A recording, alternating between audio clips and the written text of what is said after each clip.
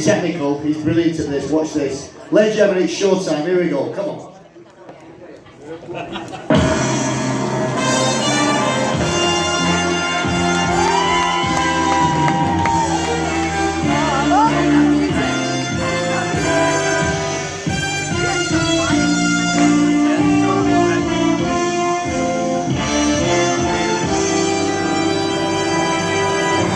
Ladies and gentlemen, please welcome the legend, Mr. Tommy Cannon!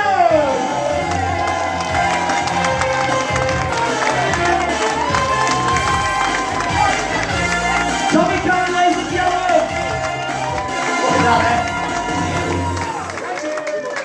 Why not working now? What's not working? What's not working? Oh, we've got a mic out. Technical problem, don't worry, it'll be back on in a second. Yeah, you use mine. One, two, he's got it, I've got it. Ladies and gentlemen, Mr. Tommy Cannon, come on! Thank you! Rock on, everybody! Tommy, you're in throne. Look at that! Look at that. Look at Caesar, look at ours! Look at that! What did Dad just say? I'll have this one. Wake me up, will you? Well, here we are, ladies and gentlemen, Mr. Tommy Cannon. Oh, God, blimey.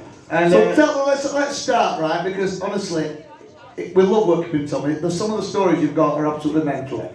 So let's start right at the top. Where do you meet now, fella? Oh, God, blimey. Well, I went to get a job. I had a few jobs, but this I went to be a welder, and were a mistake because, of course, I couldn't weld. So I got there, and there were 500 or 600 guys on the shop floor, and the first person to speak to me comes in. I'm stood by the clock waiting to be assigned to the job, and he's Bob. He said, "You all right, Cock?" And I looked down and I said, "Yeah, I'm all right, mate." And he walked away, and as he walked away, I thought, "It's a funny little beggar." And that was it. And that was it, right? Then a few months went by, and suddenly I saw him coming up, and I thought, "What's he going to do now?" So he come up, he said, "Tommy," he said, "do you fancy making a double act?" I said, "What?" He said, I said, "What do you mean, make a double act?" He said, "You know, Eric and Ernie." And I said, No. I said, "No, that's not for me, pal, I'm sorry." Oh, okay, so he wandered off. 6 or 7 months went by, and he came again. "Tommy," I said, "what is it this time?" He said, "If I get a piano player, and you get a set of drums, and I'll sing," he said, "and we'll do weddings." I said, "Bloody weddings?" He said, "Yeah." "Oh, okay." I got a set of drums, and off we went. Got a piano player, he lasted about 3 months, and then he said, "I've had enough. Don't like being away from home." So that was it. So that way me and Bob just left now. And then you started. I've got a picture of you, actually, welding. Have you? Look at that. Wow. Look at that, eh? Older lads. Oh, I'll tell you what, you're a body couple then, weren't you? Look at that. I even had some hair then. I would have got that. But then, Tom, like you say, you and my dad went out then. So tell us some of your names. What do you have? One of them is amazing. The name is amazing. We were called the Harper Brothers. Yeah, but you're not the proper Harper. We are proper ones. We are proper Harper Brothers. We were called. Who else were we called? Sherelle Brothers. Sherelle. What's the best? What's the best Here's one? the best one. The best one. Bobby and Stevie Rhythm. Stevie Rhythm. Get that, eh? Bobby and Stevie Rhythm. Now, It's fabulous. did you look like that, ladies and gentlemen?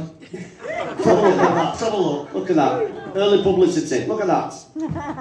Look at Steve. You know my dad looks like on that? What? Peter Sutcliffe.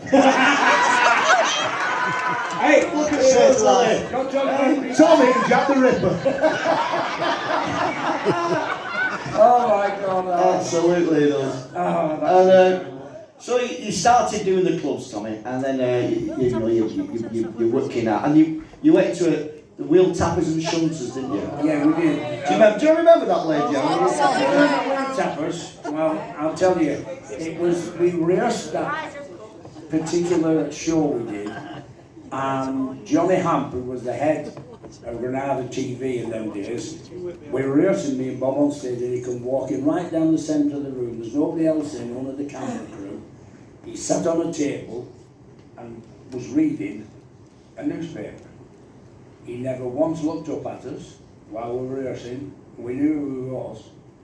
And at the end of the rehearsal, well, just before the end of the rehearsal, he picked up the newspaper and walked out. Wow. Me and Bob looked at one another and went, bloody hell, he didn't like us. That's it, we've had it.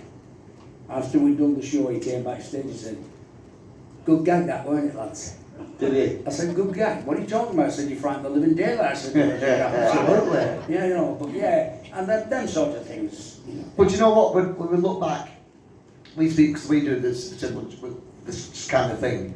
We talked to what's he called, Bob Mills, the comedian. He was Bob saying, Mills.